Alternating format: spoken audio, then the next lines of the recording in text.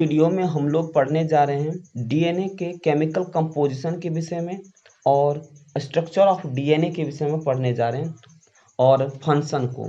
ठीक है, तो आइए हम लोग देखते हैं केमिकल कंपोजिशन ऑफ डीएनए क्या है। तो जबकि हम लोगों ने पिछले वीडियो में पढ़ा था introduction of DNA, nucleic acid, और उनके बाद हम लोग क्या पढ़ा था, हिस्ट्री पढ़ा था, स्ट्रक्चर ऑफ डीएनए, ऑकरेंस, इन सबको हम लोगों ने पिछले वीडियो में पढ़ा था।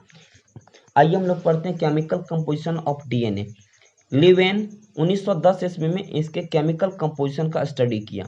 लिवेन 1910 में क्या किया, इसके केमिकल कंपोजिशन यानी इसका जो न्यूक्लिक एसिड का जो केमिकल कंपोजिशन है, किस किस चीज़ का मिलने से बना हुआ है, इनका अध्ययन किया। डीएनए 3 निम्नलिखित कंपाउंड्स के मिलने से बना है। कौन कौन? एक तो शुगर का बना है, जैसा कि हम लोगों ने पिछले वीडियो में भी पढ़ा था। शुगर, फॉस्फेट और नाइट्रोजनस बेस है। आइए हम लोग शुगर के विषय में जानते हैं। शुगर क्या है, तो यह 5 कार्बन वाला शुगर होता है, इसलिए इसे पेंटोज शुगर भी कहते हैं। यह 2 प्रकार का शुगर भी 2 प्रकार का, एक तो राइबोज शुगर होता है, दूसरा डीऑक्सी राइबोज होता है। राइबोज शुगर क्या होता है, तो राइबोज शुगर आरएनए में पाया जाता है। इसमें डीऑक्सी राइबोज शुगर की अपेक्षा एक ऑक्सीजन अधिक रहता है। डीऑक्सी राइबोज शुगर की अपेक्षा इसमें क्या रहता है, राइबोज शुगर में एक ऑक्सीजन अधिक रहता है, इसलिए आरएनए को राइबो न्यूक्लिक एसिड कहा जाता है। तो हम समझ में आ गया होगा। डीऑक्सी राइबोज क्या होता है, तो डीऑक्सी राइबोज शुगर डीएनए में पाया जाता है, इसलिए डीएनए को डीऑक्सी राइबो न्यूक्लिक एसिड कहा जाता है। इसमें एक ऑक्सीजन कम रहता है, डीऑक्सी राइबोज शुगर में एक ऑक्सीजन कम रहता है, जबकि राइबोज शुगर में एक ऑक्सीजन अधिक रहता है, इसलिए राइबो न्यूक्लिक एसिड कहा जाता है उसे। ठीक है, फॉस्फेट पर चलते हैं। फॉस्फेट क्या होता है, डीएनए में फॉस्फेट के रूप में फॉस्फोरिक एसिड H3PO4 पाया जाता है। फॉस्फेट के रूप में फॉस्फोरिक एसिड पाया जाता है। इसमें डीएनए एसिडिक नेचर का होता है, एसिडिक नेचर का होता है यानी अम्लीय नेचर का होता है। फॉस्फेट न्यूक्लियोसाइड के शुगर के साथ फॉस्फोइस्टर बॉन्ड के द्वारा जुड़ा रहता है। अगला चलते हैं नाइट्रोजनस बेस के विषय में पढ़ते हैं। यह 2 प्रकार का नाइट्रोजनस बेस कितने प्रकार का होता है, 2 तरह का होता है। पहला प्यूरिन, दूसरा पैरिमिडीन होता है। प्यूरिन क्या होता है, प्यूरिन के अंतर्गत कौन कौन आता है, एडेनिन आता है, ग्वानिन आता है। ये प्यूरिन नाइट्रोजनस बेसिस कहलाता है। एडेनिन और ग्वानिन को क्या कहते हैं, प्यूरिन नाइट्रोजनस बेस। एडेनिन को ए से डिनोट करते हैं, जबकि ग्वानिन को जी से डिनोट करते हैं। प्यूरिन में कार्बन तथा नाइट्रोजन के बीच हाइड्रोजन का डबल बॉन्ड होता है। ये देखिए प्यूरिन का स्ट्रक्चर दिया गया है, और प्यूरिन में कार्बन तथा नाइट्रोजन के बीच हाइड्रोजन का डबल बॉन्ड होता है। कितना क्या होता है, हाइड्रोजन का डबल बॉन्ड होता है। यहाँ देखिए डबल बॉन्ड है कार्बन तथा नाइट्रोजन के बीच। तो अगला क्या है, अगला है पैरिमिडीन। हम लोग किसको पढ़ने जा रहे हैं, पैरिमिडीन। इसमें इसका एडेनिन का ये स्ट्रक्चर था, ये ग्वानिन का स्ट्रक्चर है। अब पैरिमिडीन के विषय में पढ़ने जा रहे हैं। इसके अंतर्गत cytosine, thymine, uracil, pyrimidine basis होते हैं, यानी इनके अंतर्गत ये सब आते हैं। इसमें कार्बन तथा नाइट्रोजन के बीच हाइड्रोजन का सिंगल बॉन्ड होता है। एडेनिन, थाइमिन तथा साइटोसिन, ग्वानिन डीएनए में रहता है। एडेनिन, थाइमिन तथा साइटोसिन, ग्वानिन किस में रहता है, डीएनए में रहता है। जबकि आरएनए के में टी के स्थान पर यू पाया जाता है। आरएनए में क्या रहता है, टी के स्थान पर, थाइमिन के स्थान पर यूरेसिल पाया जाता है। तो डीएनए में क्या क्या रहता है ये पता चल गया। तो डीएनए में अगर आपसे पूछा जाए क्या क्या रहता है, तो डीएनए में आप बताइएगा एडेनिन रहता है, थाइमिन रहता है, साइटोसिन रहता है, ग्वानिन रहता है। जबकि आरएनए में थाइमिन के स्थान पर यूरेसिल पाया जाता है। ठीक है, अब अगला हम देखते हैं स्ट्रक्चर ऑफ डीएनए की बात करते हैं। स्ट्रक्चर ऑफ डीएनए, यहाँ देखिए फॉस्फेट है, फॉस्फेट ये सारे साइड में क्या फॉस्फेट है, इस साइड भी फॉस्फेट है। मैंने कहा था ये बना किसका रहता है, तो फॉस्फेट का बना रहता है। उसके बाद किसका बना रहता है, पेंटोज शुगर रहता है। ये देखिए शुगर है, और ये एडेनिन ग्वानिन है। ये क्या है, एडेनिन ग्वानिन साइटोसिल यूरेसिल थाइमिन है। तो ये शुगर शुगर शुगर इस तरह से पेंटोज शुगर है। इसलिए यहाँ जो आप देख रहे हैं 1 2 3 4 5 इस तरह से बनाया हुआ है, ये 5 कार्बन वाला शुगर है। ठीक है, और ये फॉस्फेट है। तो ये जो फिगर देख रहे हैं, तो इसमें एडेनिन थाइमिन, एडेनिन का किससे रहता है संयोग, थाइमिन से रहता, कंबाइन करते हैं, थाइमिन के साथ करते हैं। जबकि साइटोसिल का ग्वानिन के साथ, एडेनिन थाइमिन साइटोसिल ग्वानिन, फिर ग्वानिन ग्वानिन साइटोसिल और फिर थाइमिन एडेनिन। एडेनिन ग्वानिन पहले होता है, एकदम सीधा होता है, फिर साइटोसिन ग्वानिन होता है, फिर इसी का ग्वानिन साइटोसिन कर लेते हैं और थाइमिन एडेनिन कर लेते हैं, फिर ग्वानिन साइटोसिन कर लेते हैं, फिर थाइमिन एडेनिन करते हैं, जैसे हम लोग पहले किए थे।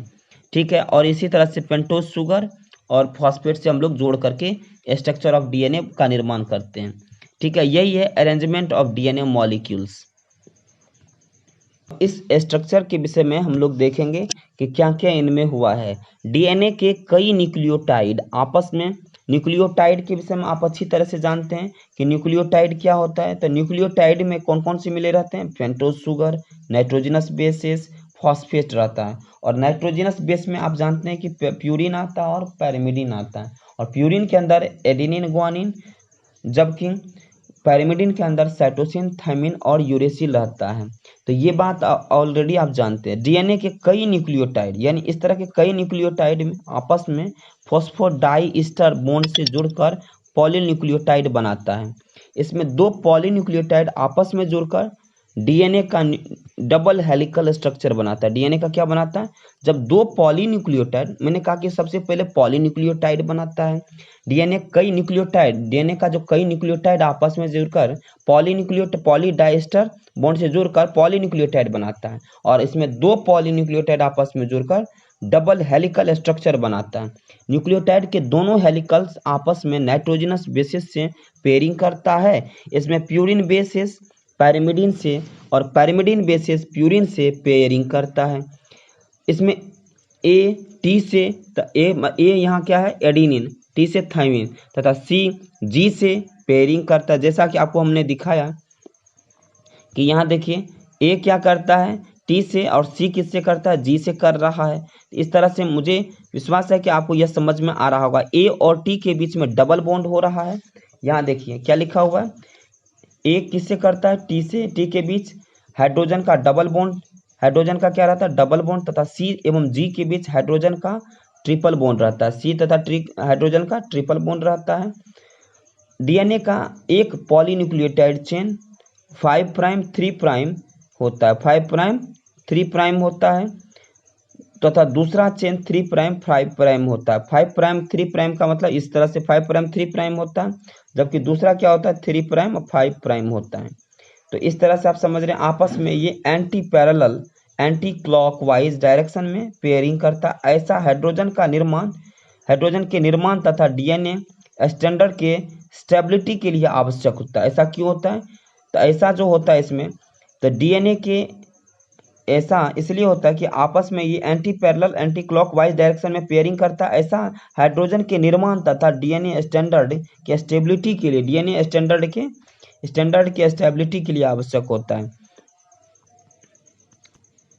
यहाँ लिखा हुआ भी है, देखिए डीएनए एक पॉलीन्यूक्लियोटाइड चेन 5 प्राइम 3 प्राइम होता है। डीएनए का एक पॉलीन्यूक्लियोटाइड चेन 5 प्राइम 3 प्राइम होता है, दूसरा चेन 3 प्राइम 5 प्राइम होता है, क्योंकि दोनों चेन आपस में एंटी पैरेलल तथा एंटी क्लॉकवाइज डायरेक्शन में पेयरिंग करता है। इससे ऐसा हाइड्रोजन के निर्माण तथा डीएनए स्टैंडर्ड के स्टेबिलिटी के लिए आवश्यक होता है। तो अब हम लोग जो है डीएनए का double helical structure next video में देखेंगे।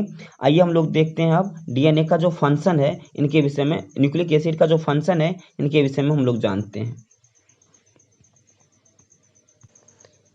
इसका फंक्शन क्या होगा? तो इसे central dogma of the cells भी कहा जाता है।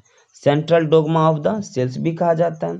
यह बायोसिंथेसिस में की रोल अदा करता है। बायोसिंथेसिस में क्या करता है? की रोल अदा करता है। यह प्रोटीन तथा आरएनए के निर्माण में मुख्य रोल अदा करता है। यह सभी लाइफ एक्टिविटी में प्रत्यक्ष या परोक्ष रूप से भाग लेता है। यह जेनेटिक इंफॉर्मेशन को एक पीढ़ी से दूसरे पीढ़ी तक पहुंचाने का कार्य करता है। डीएनए आरएनए प्लस प्रोटीन बराबर क्या बनता है? लाइफ बनता है। इस तरह से आपने देखा कि यह इसका जो फंक्शन है, किस प्रकार से यह डीएनए का निर्माण होता है, डीएनए का जो न्यूक्लिक एसिड का जो क्या फंक्शन है, और यह किस तरह से इसका अल्ट्रा स्ट्रक्चर होता है, और इसमें इसका जो केमिकल कंपोजिशन होता है, इन सभी चीज़ों को हम लोगों ने इस वीडियो के जरिए देखा। और ये पार्ट 2 है डीएनए न्यूक्लिक एसिड का। तो मुझे विश्वास है कि आपको समझने में कोई दिक्कत नहीं हो रहा होगा। अगर कोई दिक्कत होता है तो डिस्क्रिप्शन बॉक्स में मेरा नंबर दिया रहता है, contact number, WhatsApp number, direct आप कॉन्टैक्ट कर सकते हैं और मुझसे पूछ सकते हैं। अगर वीडियो आपको अच्छा लगता है तो अधिक से अधिक लोगों को शेयर करें ताकि उसे भी इनका बेनिफिट मिल सके। और मैं अगले वीडियो में डीएनए का हेलिकल स्ट्रक्चर आपको लेकर आऊँगा। Thank you for watching this video.